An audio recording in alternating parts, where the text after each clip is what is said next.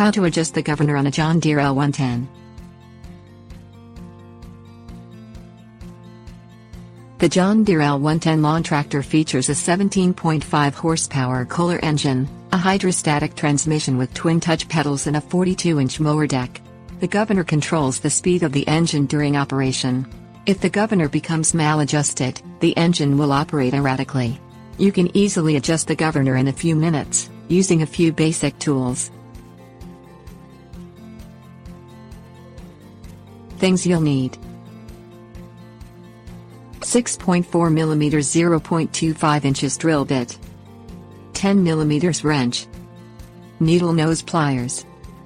Park your John Deere L110 lawnmower on a hard, level surface and set the parking brake. Push the throttle lever to the full throttle position. Raise the hood. Locate the throttle linkage on the left side of the engine, directly in front of the oil filter. Follow the governor rod, which goes through the throttle linkage and protrudes from the side of the engine block.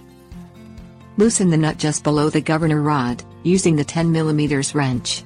Push the linkage connected to the governor rod all the way forward toward the carburetor.